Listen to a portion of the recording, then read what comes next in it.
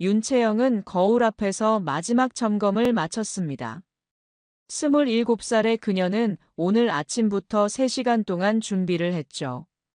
고급스러운 트위드 재킷과 명품 핸드백, 그리고 발목까지 반짝이는 구두까지. 모든 것이 완벽했습니다. 오늘은 절대 실패할 수 없어. 윤채영은 자신에게 다짐하며 집을 나섰습니다. 택시를 타고 강남구 신사동의 고급 백화점으로 향했죠. 오늘의 목적은 단순했습니다. 완벽한 예비 며느리의 모습을 연출하는 것이었어요. 백화점에 들어서자마자 윤채영은 의도적으로 목소리를 높였습니다. 저기요, 직원분. 한 20대 초반으로 보이는 여직원이 다가왔어요. 네, 무엇을 도와드릴까요? 이 가방 말이에요. 기스가 났는데 어떻게 된 거예요? 윤채영은 멀쩡한 가방을 들어 보이며 화를 냈습니다. 직원은 당황스러운 표정을 지었죠. 죄송하지만 어디에 기스가 있는지 잘 보이지 않는데요. 잘 보이지 않는다고요? 여기 봐요. 이게 얼마짜리인지 알기나 해요? 윤채영의 목소리가 점점 높아졌습니다.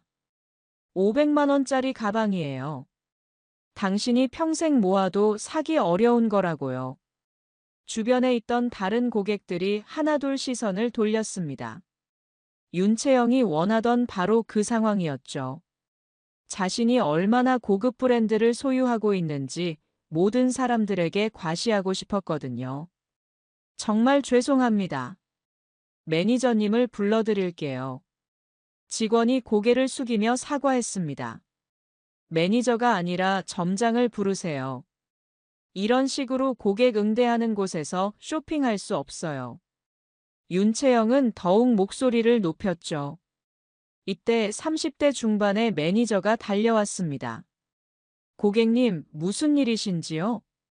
이 직원이 제 가방을 확인도 제대로 안 하고 기스가 안 났다고 우기는 거예요. 고객을 거짓말쟁이로 만드는 거죠. 매니저는 난처한 표정을 지으며 가방을 자세히 살펴봤습니다. 정말로 어떤 흠도 찾을 수 없었거든요. 고객님, 혹시 어느 부분을 말씀하시는 건지요? 윤채영은 속으로 미소를 지었습니다. 아, 지금 보니까 조명 때문에 그렇게 보였나 봐요.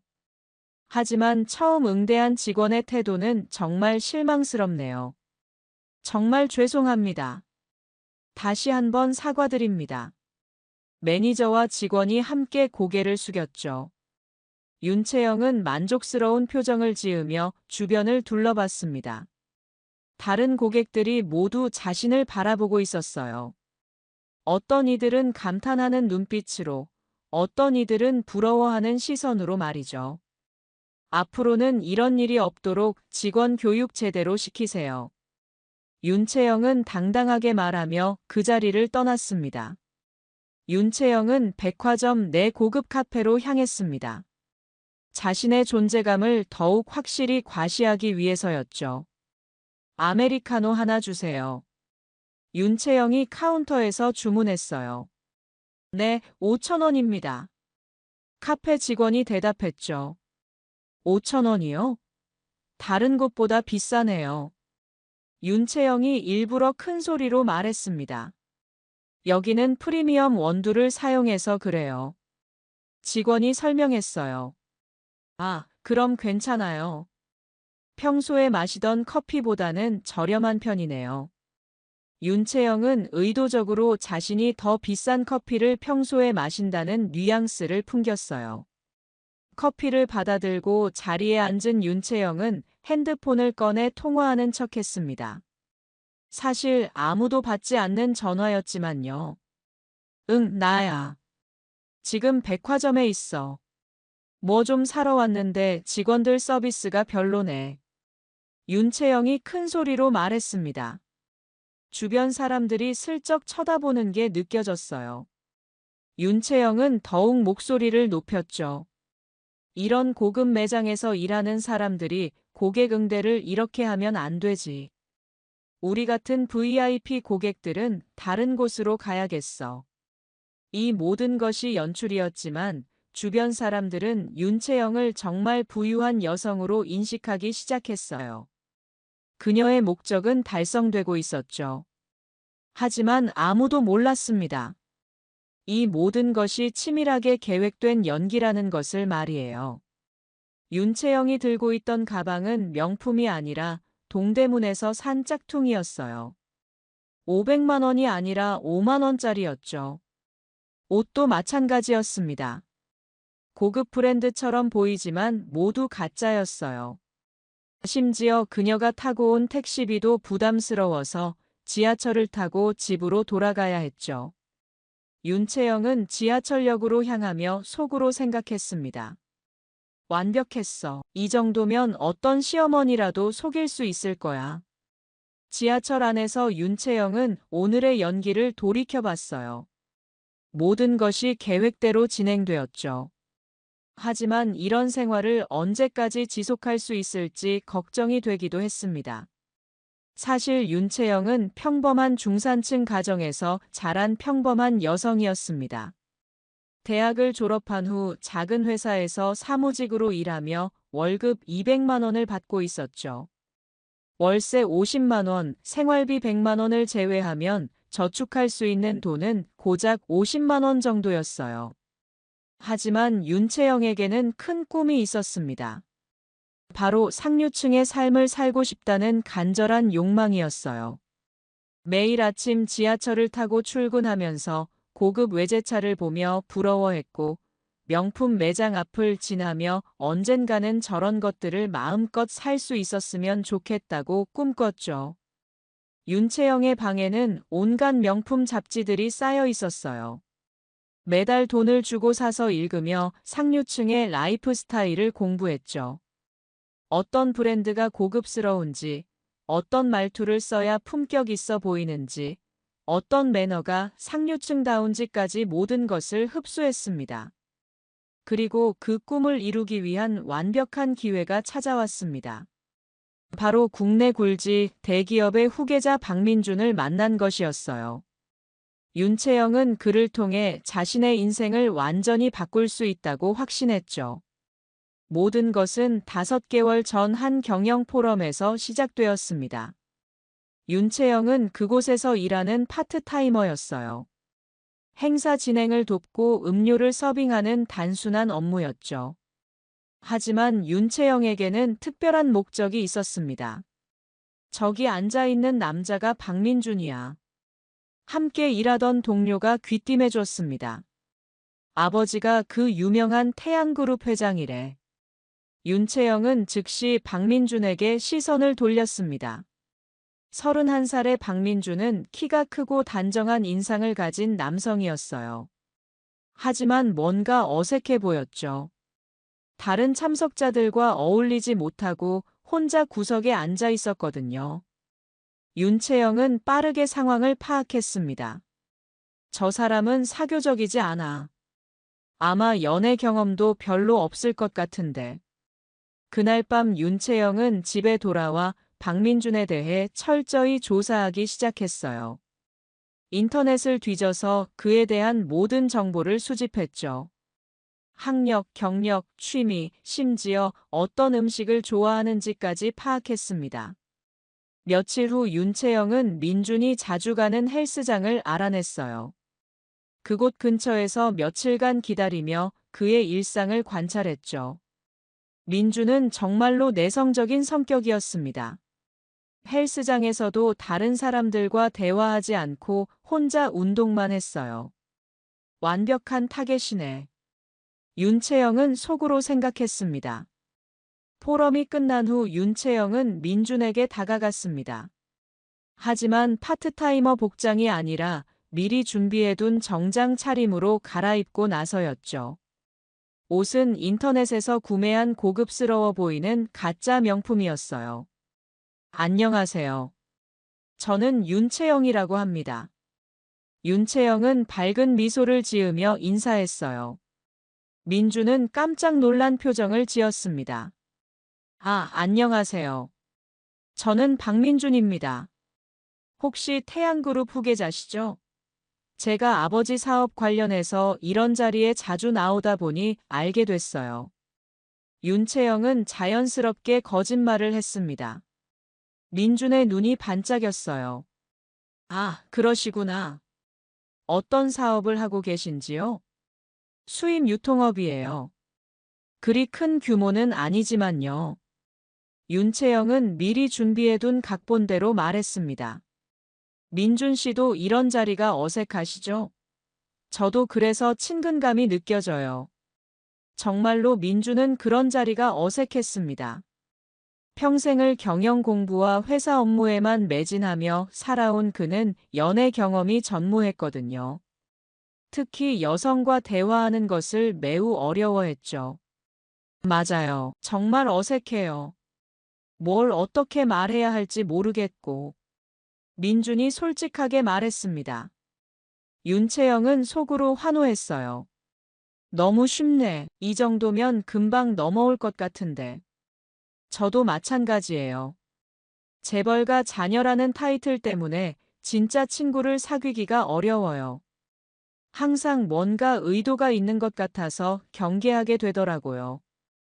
윤채영은 민준의 심리를 정확히 파악한 말을 했습니다. 민준은 깊이 공감했어요. 정말 그렇죠. 누가 진심으로 대해주는 건지 아니면 다른 목적이 있는 건지 항상 의심하게 돼요. 우리 같은 처지끼리는 서로를 이해할 수 있는 것 같아요. 윤채영의 부드러운 목소리와 공감 어린 표정에 민준은 금세 마음을 열었습니다. 그날 이후 윤채영은 더욱 치밀한 계획을 세웠어요. 민준의 일정을 파악해서 우연을 가장한 만남들을 연출했죠. 그가 자주 가는 카페 근처에서 기다렸다가 민준 씨 맞죠? 라며 다가가는 시기였어요. 정말 우연이네요. 여기 커피 맛있죠? 윤채영이 자연스럽게 말했습니다. 네, 저도 자주 와요. 혹시 시간 되시면 같이 앉아서 커피 드실래요? 민준이 용기를 내어 제안했어요. 윤채영은 속으로 미소를 지었지만 겉으로는 수줍게 대답했죠. 좋아요. 카페에서 둘은 자연스럽게 대화를 나눴어요. 윤채영은 미리 준비해둔 대화 주제들을 꺼내며 민준의 마음을 사로잡았습니다. 어릴 때부터 정해진 길만 걸어와서 정말 답답했어요. 자유롭게 살고 싶지만 가문의 책임감 때문에 쉽지 않더라고요. 민준이 마음을 털어놓았습니다. 저도 똑같아요. 아버지가 원하는 대로 살아야 하니까 제 의지는 별로 중요하지 않은 것 같아요. 윤채영은 완벽한 맞장구를 쳤죠.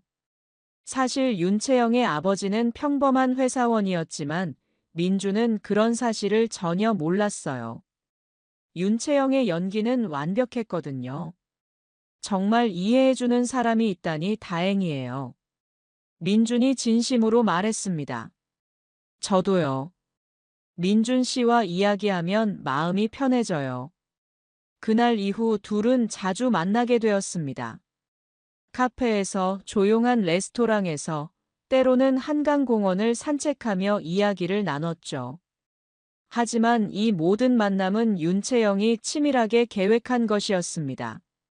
윤채영은 민준과 만날 때마다 다른 의상을 입었어요. 모두 가짜 명품이었지만 민준이 알아챌 리는 없었죠. 그는 명품에 대해 전혀 관심이 없었거든요. 채영 씨는 정말 센스가 좋으시네요. 옷도 항상 예쁘게 입으시고. 민준이 감탄했어요. 고마워요. 아버지가 외모도 중요하다고 하셔서 신경 쓰고 있어요.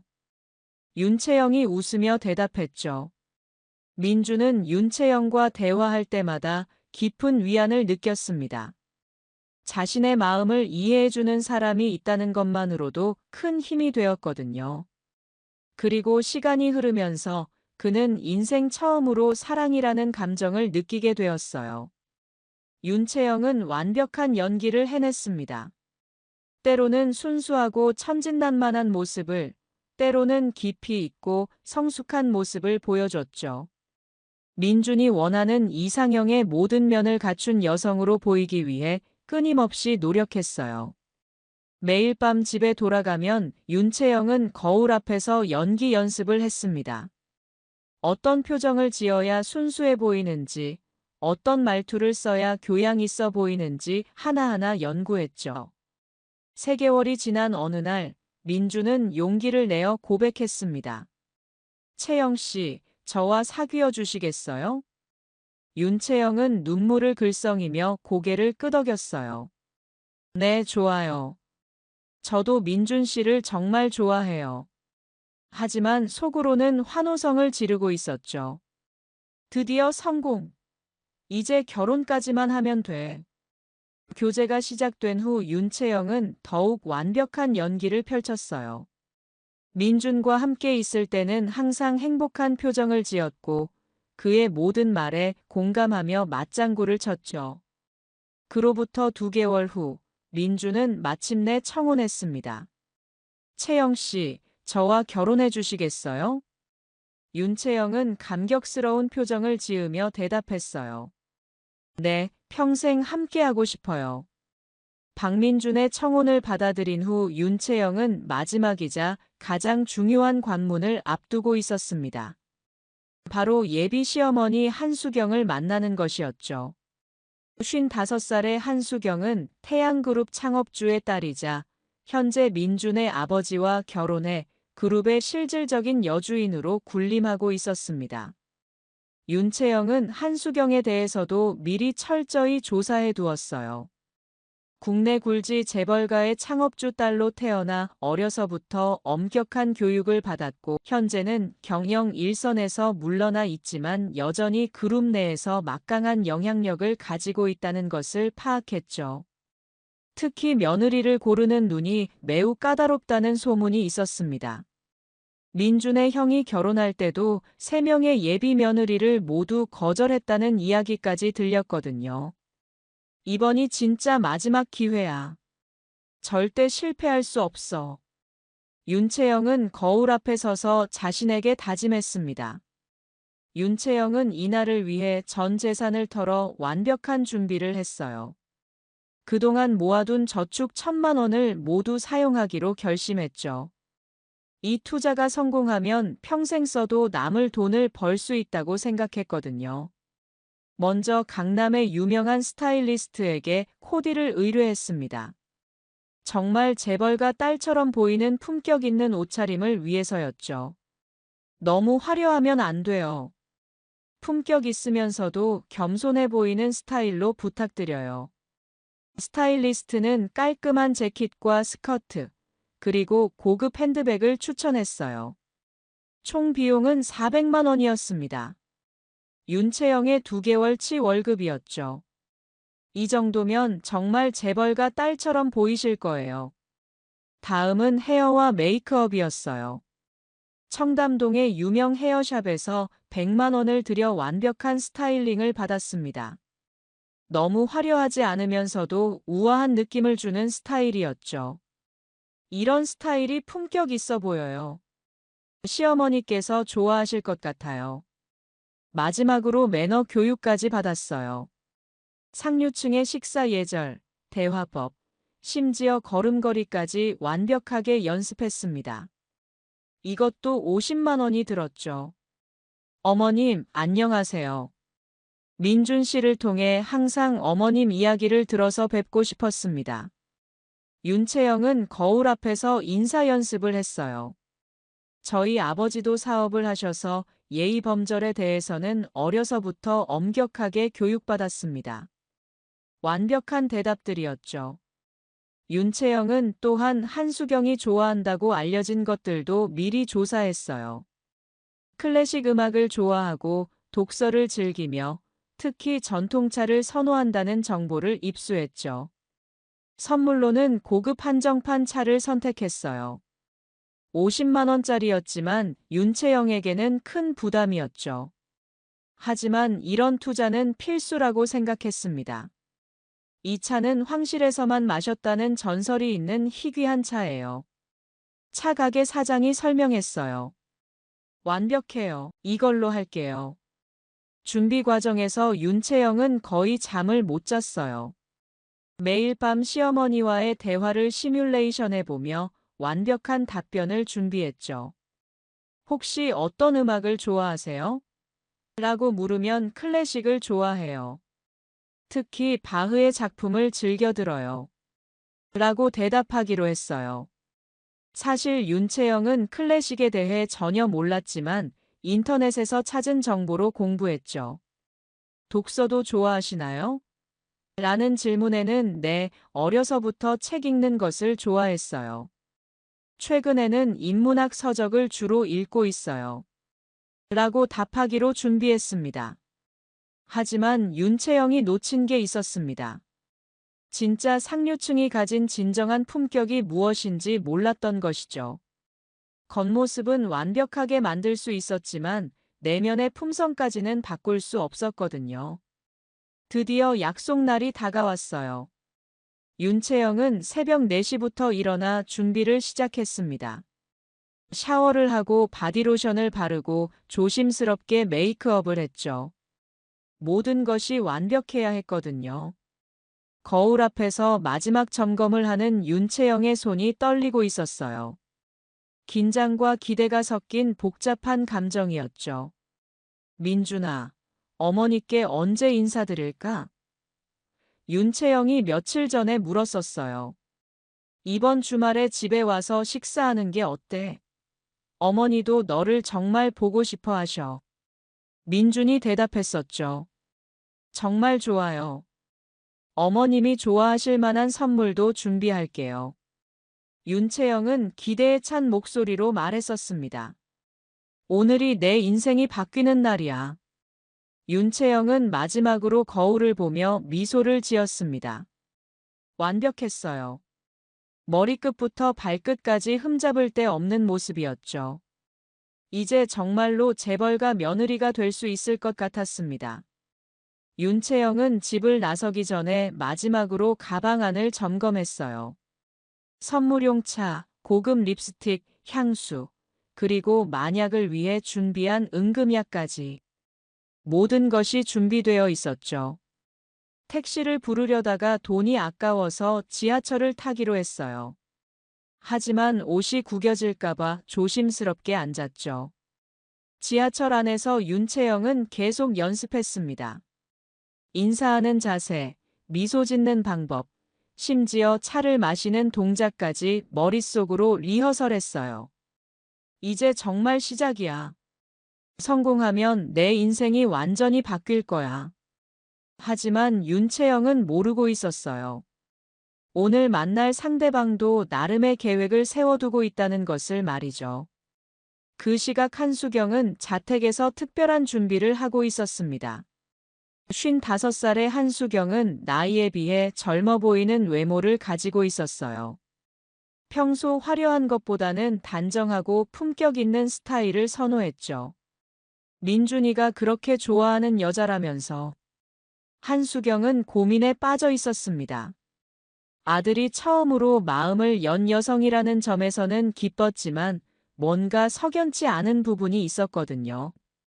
재벌가 딸이라고 했는데 정확히 어느 집안인지 알려주지 않았고 한수경이 아는 재벌가 중에서는 윤 씨 성을 가진 집안이 없었어요. 한수경은 국내 재벌가들과 오랜 인맥을 유지해 왔습니다. 웬만한 집안은 다 알고 있었는데 윤채영의 집안에 대해서는 들어본 적이 없었죠. 아니면 내가 모르는 새로운 집안일까? 하지만 의심보다는 기대가 더 컸습니다.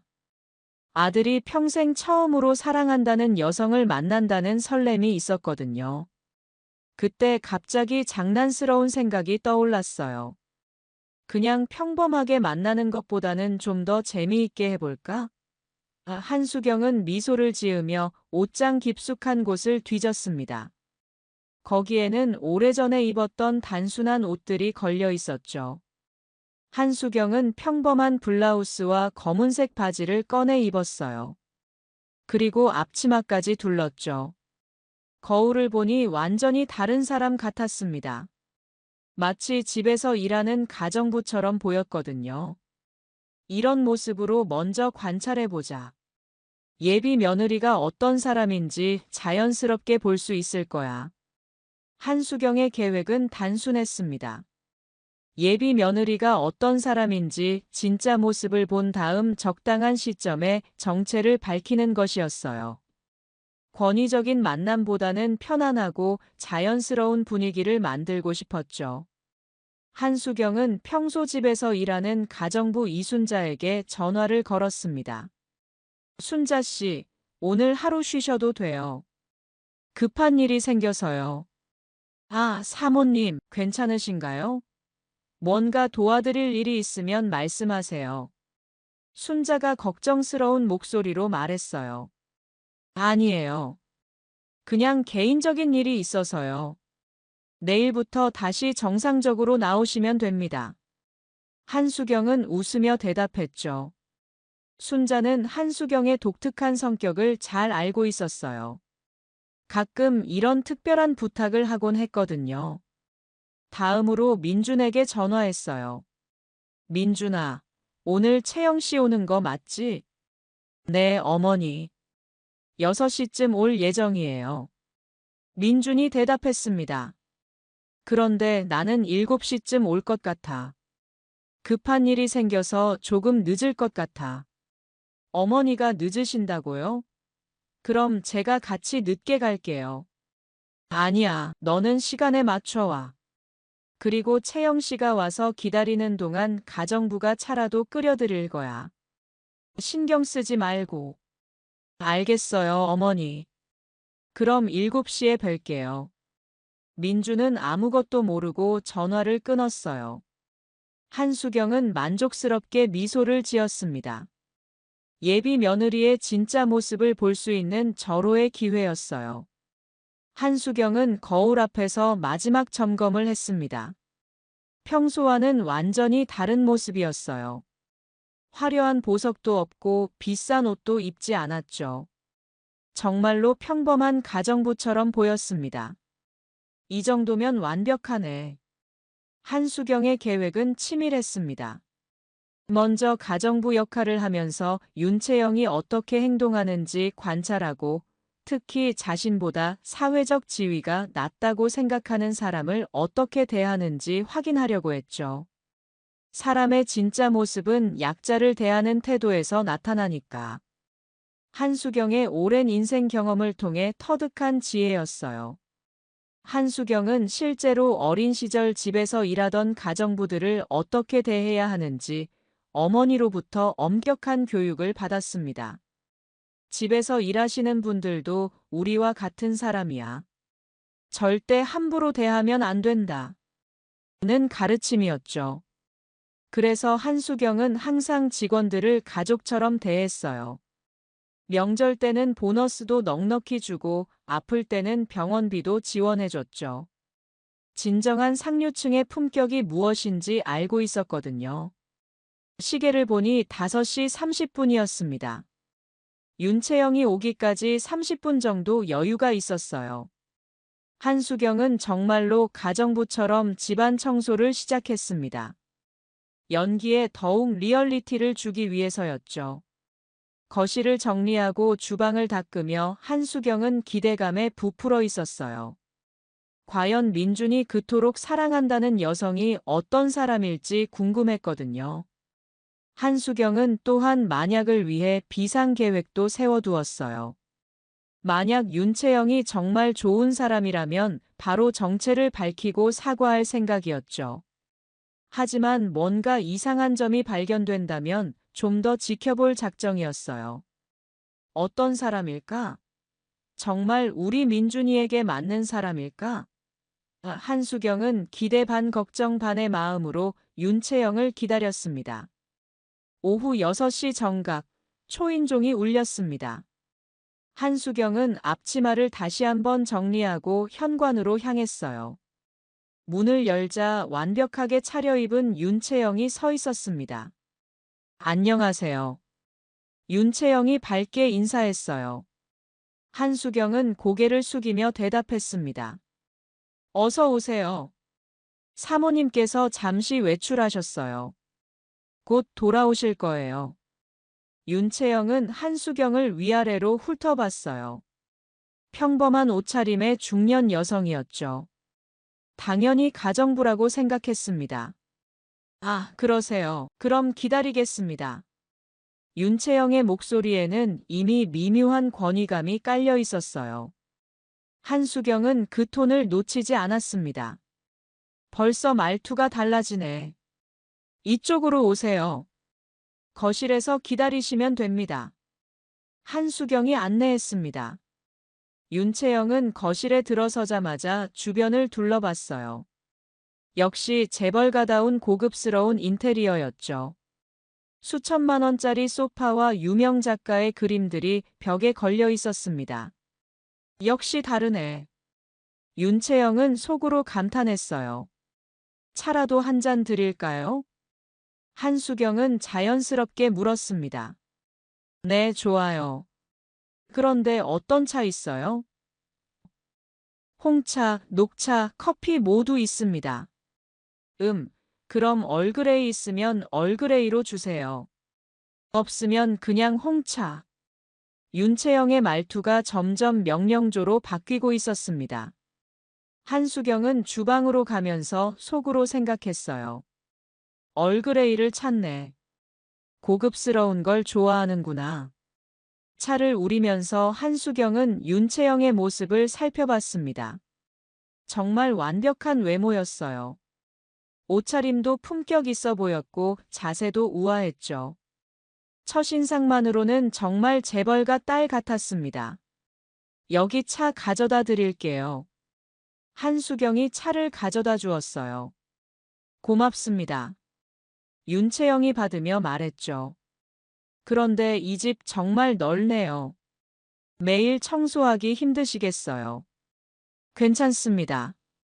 익숙해져서요. 윤채영은 차를 한 모금 마시고 표정을 찌푸렸습니다. 이거 얼그레이 맞아요? 네, 얼그레이예요. 좀 싱거운 것 같은데. 다시 우려주실 수 있어요? 좀 더 진하게. 윤채영의 목소리에 불만이 섞여 있었어요. 한수경은 차를 다시 가져가며 생각했습니다. 벌써 불만을 표현하네. 좀 까다로운 편인 것 같은데. 이때 윤채영의 핸드폰이 울렸어요. 친구에게서 온 전화였죠. 여보세요? 아, 지수야. 윤채영은 전화를 받으며 목소리를 낮췄습니다. 하지만 조용한 거실에서는 대화 내용이 다 들릴 수밖에 없었어요. 응, 지금 그 집에 와 있어. 시어머니 집 말이야. 한수경은 주방에서 귀를 기울였어요. 아직 시어머니는 안 오셨어. 가정부만 있어서 편해. 한수경은 그 말에 조금 당황했어요. 가정부만 있어서 편하다고. 걱정하지 마. 내가 얼마나 준비를 많이 했는데. 완벽한 연기 준비는 다 끝났어. 한수경은 깜짝 놀랐습니다. 연기라고? 뭔가 이상한데? 이혼만 해도 400만 원이나 들였어. 완전 재벌가 딸로 변신했어. 한수경의 의심이 점점 커져갔습니다. 뭔가 심상치 않은 말들이었거든요. 아, 그리고 말이야. 이 결혼만 성공하면 내 인생이 완전히 바뀌는 거야. 평생 놀고 먹을 수 있어. 윤채영이 작은 소리로 말했지만 한수경에게는 다 들렸습니다. 그 순간 한수경은 모든 것을 이해했어요. 윤채영이 진심으로 민준을 사랑하는 것이 아니라는 것을 말이죠. 재벌가 딸인 척하는 것도 완전 성공했어. 가족사부터 교육 배경까지 다 거짓말로 꾸며냈는데 전혀 의심 안 해. 한수경은 충격을 받았습니다. 연애 경험도 없는 순진한 남자라서 너무 쉬워. 어머니만 넘기면 정말 끝이야. 윤채영이 자신만만한 목소리로 말했죠. 하지만 윤채영은 모르고 있었어요. 자신이 넘겨야 할 그 어머니가 바로 옆에서 모든 것을 듣고 있다는 것을 말이죠. 한수경은 분노와 실망감이 동시에 밀려왔습니다. 사랑하는 아들이 이렇게 철저히 속고 있었다니요. 윤채영은 전화를 끊고 다시 거울을 보며 화장을 고쳤습니다. 한수경은 분노를 참으며 다시 우린 차를 가져다 주었어요. 하지만 손이 떨려서 찻잔이 덜덜 떨렸죠. 감사해요. 윤채영이 차를 받으며 말했어요. 그런데 여기서 일하신 지 오래됐어요? 네, 꽤 오래됐어요. 사모님은 어떤 분이세요? 까다로우신가요? 한수경은 잠시 망설였다가 대답했습니다. 좋으신 분이에요. 저희 같은 사람들에게도 잘해주시죠. 그럼 다행이네요. 시어머니가 너무 까다로우면 스트레스 받을 뻔했어요. 윤채영이 웃으며 말했어요. 이때 윤채영이 거실을 둘러보며 말했어요. 정말 좋은 그림들이네요. 이런 건 얼마나 하는 거예요? 잘 모르겠어요. 사모님이 직접 고르신 거라서. 아, 그렇구나. 이런 고급 그림은 일반 사람들은 구경도 하기 어렵죠. 한수경은 점점 불편함을 느끼기 시작했습니다. 윤채영이 자신을 아래로 보고 있다는 게 느껴졌거든요. 저기요, 에어컨 좀 틀어주실 수 있어요? 좀 더워서요.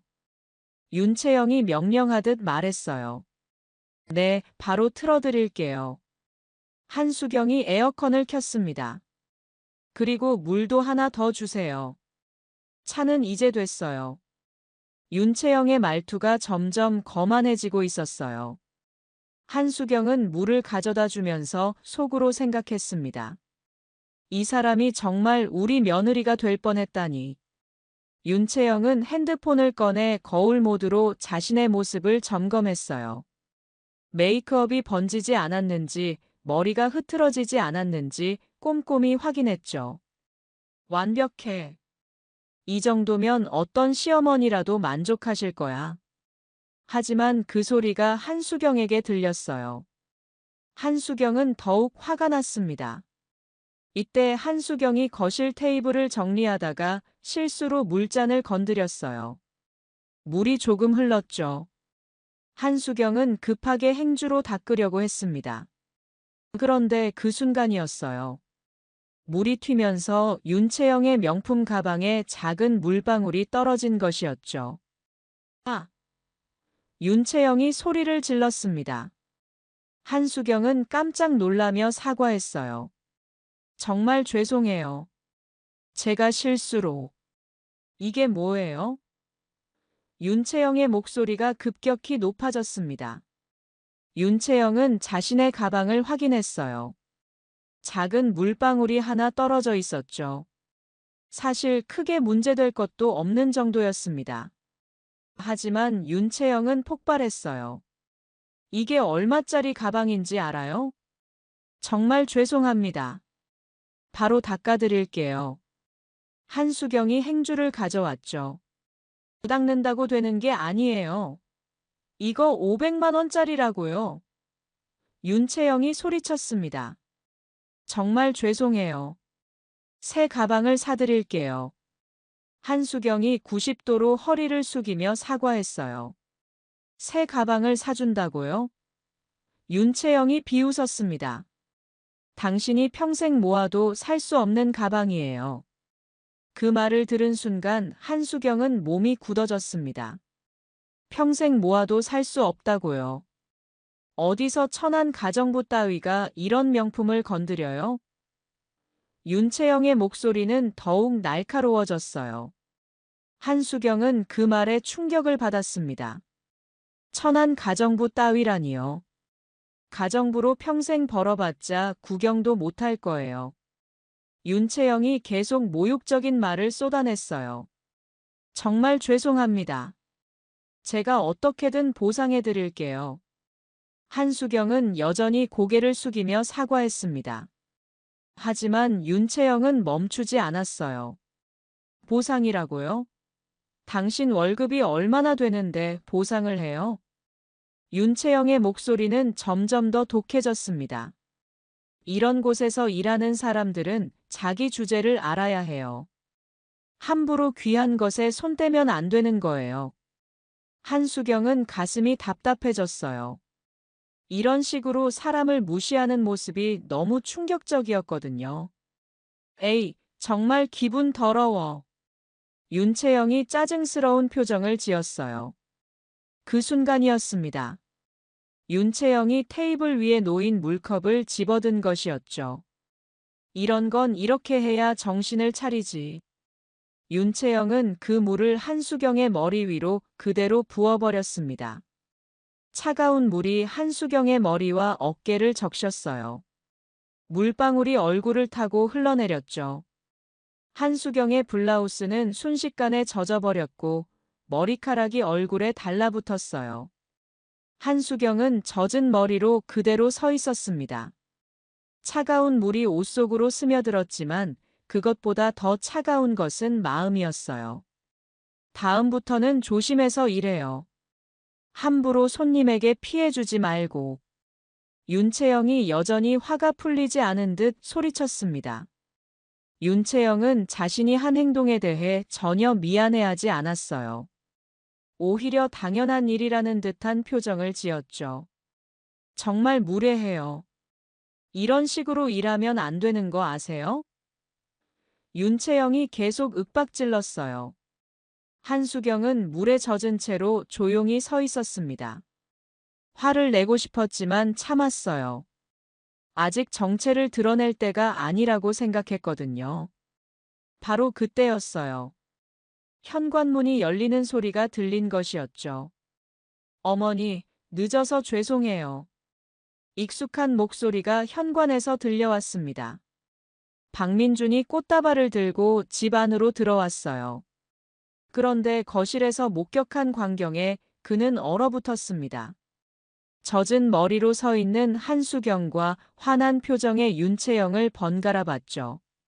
민준의 눈에는 믿을 수 없다는 표정이 가득했어요. 자신의 어머니가 물에 젖어 있고 연인이 화를 내고 있는 상황을 이해할 수 없었거든요. 어머니? 민준이 다시 한번 말했습니다. 하지만 윤채영은 상황을 제대로 파악하지 못했어요. 민준이 누구에게 말하는 건지 알아차리지 못한 것이었죠. 민준아, 왜 이렇게 늦었어? 윤채영은 민준을 보자 급하게 달려갔습니다. 이 가정부가 내 가방을 망가뜨렸어. 정말 화가 나 죽겠어.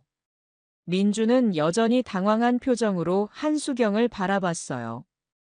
어머니의 젖은 모습이 너무나 충격적이었거든요. 저 사람이 얼마나 무례한지 알아? 사과도 제대로 안 하고.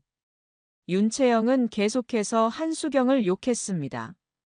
하지만 민준의 표정은 점점 굳어져 갔죠. 뭔가 심상치 않다는 걸 직감했거든요. 채영 씨. 민준이 조심스럽게 입을 열었습니다. 왜? 무슨 일이야? 윤채영이 물었죠. 이분은 우리 어머니셔. 민준이 떨리는 목소리로 말했습니다. 그 말이 떨어지자 윤채영의 얼굴이 하얗게 변했어요. 그녀는 한수경을 다시 봤습니다. 젖은 머리로 조용히 서 있는 중년 여성을 말이죠. 어머니라고? 윤채영의 목소리가 떨렸습니다.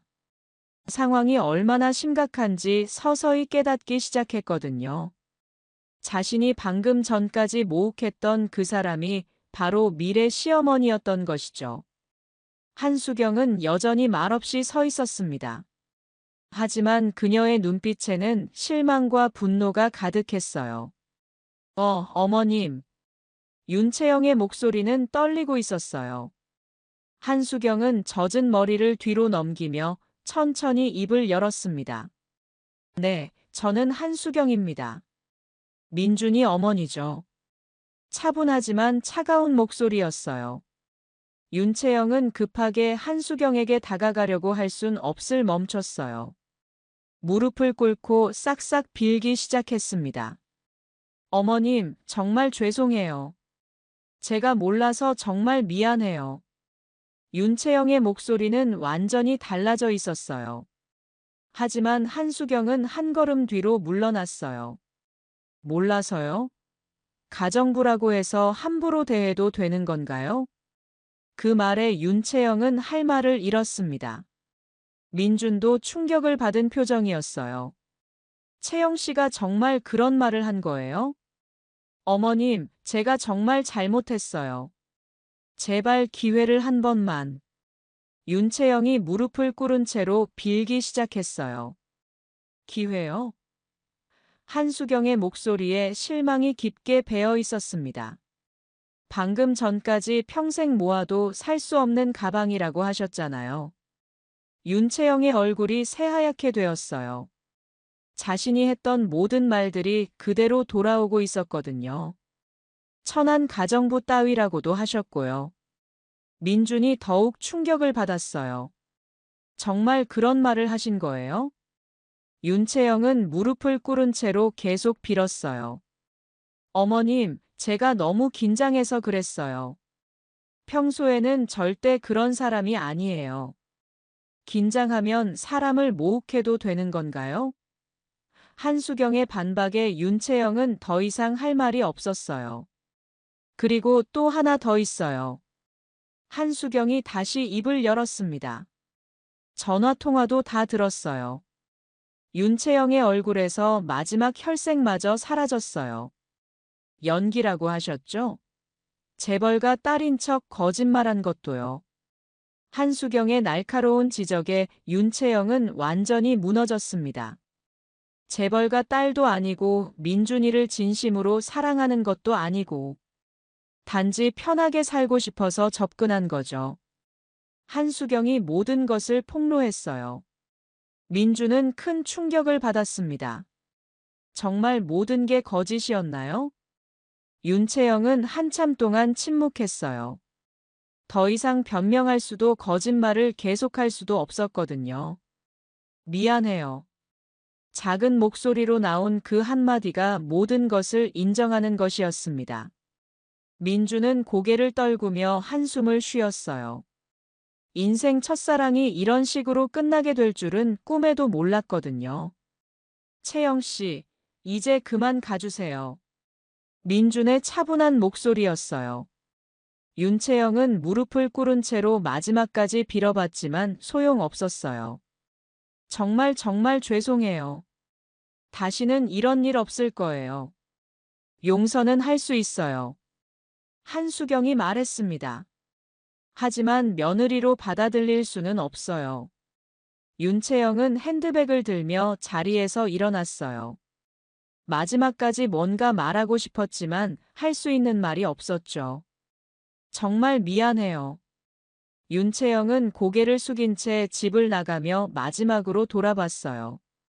하지만 민준과 한수경은 그녀를 바라보지도 않았습니다.